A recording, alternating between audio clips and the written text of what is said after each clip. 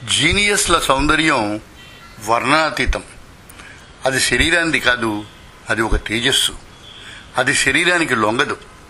Albert ఐన్స్టీన్ని, Charles డార్విన్ని చూస్తున్నప్పుడు వారి శారీరక సౌందర్యం మనకు కనిపించదు. మానవాళికి వారి మేధస్సు చేసిన ఉపకారం మన కళ్ళను మిరుమిట్లు గొలుపుతుంది. ఏ విధంగా చూసినా సెరీనా విలియమ్స్ అందగత్తె కాదు, కానీ 22 సార్లు ఈ ప్రపంచాన్ని దిగ్భ్రాంతులను చేసిన ఆమె అఖండ ప్రతిభ ఆమెను అలౌకికమైన సౌందర్యరాశిగా మలుస్తాయి. శ్రీశ్రీ విశ్వనాథ అందగాళ్లు కాదు, కానీ మహాప్రస్థానం, కల్పవృక్షం నేపథ్యం వారిని అఖండ తేజస్సుల్ని చేస్తాయి. నిజానికి తెలుగు సాహిత్యానికి నాకు తెలిసి ఇద్దరే అందమైన రచయితలు, తిలక్కు, గుంటూరు శేషేంద్ర శర్మ. ఈ మాట అంటూనే ఆవంశ సోమసుందర్ని రన్నరప్గా నిలుపుతున్నాను. ఇవి సరదాగా చెప్పే మాటలు. నేనటి వింబుల్డన్ పురుషుల ఫైనల్స్ ఒక చరిత్ర, ఓ విధంగా జాలి కొలిపే చరిత్ర. ఓ పక్క ప్రపంచంలో రికార్డు నెలకొల్పే ఛాంపియన్ నిలవగా, ఎదురుగా ఎన్నో అవరాధాలని దాటి వచ్చిన 28 ఏళ్ల ఆటగాడు మారిన్ చిలిచ్. ఒక పక్క ఒక ఛాంపియన్ దూసుకు వెళ్లడం తెలుస్తోంది, మరొక పక్క ఓ యువకుడు అభిమన్యుడిలాగా నిస్సహాయంగా కూలిపోవడం తెలుస్తోంది. నాకు ఆట కాదు, చివర ఫెడరర్ అన్న మాట పతాక స్థాయిలో నిలుస్తుందనిపించింది. ఒకప్పుడు ఇది క్రూరమైన విషయం. మారిన్ హీరోలాగా పోరాడాడు.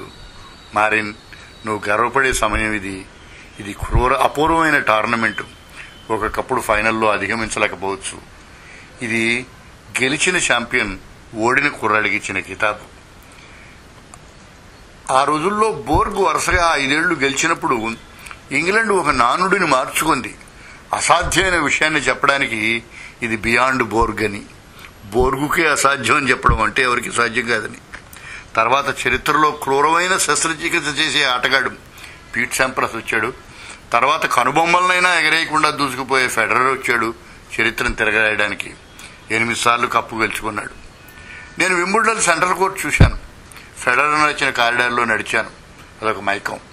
18,53,00,000 డబ్బును సొంతం చేసుకున్న ఫెడరర్ గత 2 వారాలలో ఒక్క సెట్ కూడా ఓడిపోని 37 ఏళ్ల ఆటగాడికి వింబుల్డన్ ప్రసారాలు శుభాకాంక్షలు తెలుపుతూ టీవీ స్క్రీన్ అంతా కనిపించేలాగా ఓ పదాన్ని వేశాయి, బిలీవ్. అంతేకాదు, బిలీవ్లో LIల స్థానంలో 19 అంకెను వేశాయి. ఇప్పటికి ఫెడరర్ 19 గ్రాండ్ స్లామ్ టైటిల్స్ ని దక్కించుకున్నాడు.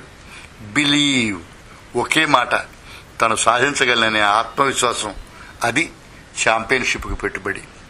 అతి సౌందర్యరాశులైన ఫెడరర్ పిల్లలు 4 చూపిస్తూ ఇంటర్వ్యూ చేసే అమ్మాయి అడిగింది, మీ పిల్లలు ఈ విజయాలకి ఏమంటారు అని. ఫెడరర్ నవ్వాడు. వాళ్ళు చిన్నపిల్లలు, వాళ్ళకి ఇదేమీ తెలియదు. వాళ్ళ నాన్న ఓ ఆట ఆడుతున్నాననుకుంటారు, పెద్ద అయ్యాక అర్థమవుతుంది అన్నాడు. ఆట అయ్యాక ఓడినా అలసినా చిలిచి బోరుమన్నాడు. గెలిచిన చరిత్రగాడు ఫెడరర్ కూడా బోరుమన్నాడు. అలౌకికమైన ఆనందానికి, అనిర్వచనీయమైన విషాదానికి విముక్తి కన్నీరే. కామెంటరీ చెప్తున్న బోరిస్ బెకర్ ఓ మాట అన్నాడు, మారిన్ చిలిచ్ కృంగిపోనక్కర్లేదు. ప్రపంచ టెన్నిస్ చరిత్రలో అగ్రస్థానంలో నిలిచిన ఓ గొప్ప ఆటగాడి ముందు ప్రపంచంలో కల్లా గొప్ప టెన్నిస్ కోర్టులో ఈనాడు అపజయం కూడా విజయమే అని. ఫెడరర్ వింబుల్డన్ కప్పును అందుకోవడానికి వెళ్తున్నప్పుడు కామెంటరీ చెప్పే వ్యక్తి అన్నాడు, ఈ క్షణంలో ఫెడరర్ కాళ్ళు నేలం తాకుతున్నాయో లేదో చూడాలని మీకు అనిపిస్తుంది అని. వింబుల్డన్ ఛాంపియన్షిప్ ఆఖరి పాయింట్ గెలవగానే నేల మీద కూలబడి దొరలడం చూశాం. అది అనూహ్యమైన ఆనందానికి సంకేతం, నరాలు తెగిపోయే ఉత్కంఠకి విముక్తి. ఫెడరర్ లోగడిలా ఆనందించడం చూశాం. కానీ ఈసారి ఫెడరర్ ఆ పని చేయలేదు. చెయ్యాలనుకోలేదా? ఎందుకని?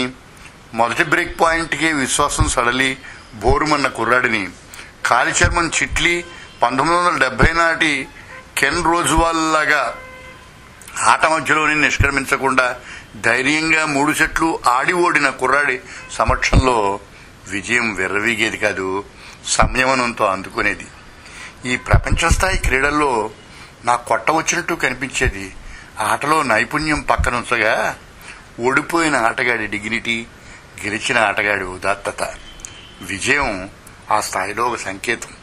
వ్యక్తిత్వం ఆ క్షణాన్ని చిరస్మరణీయం చేస్తుంది.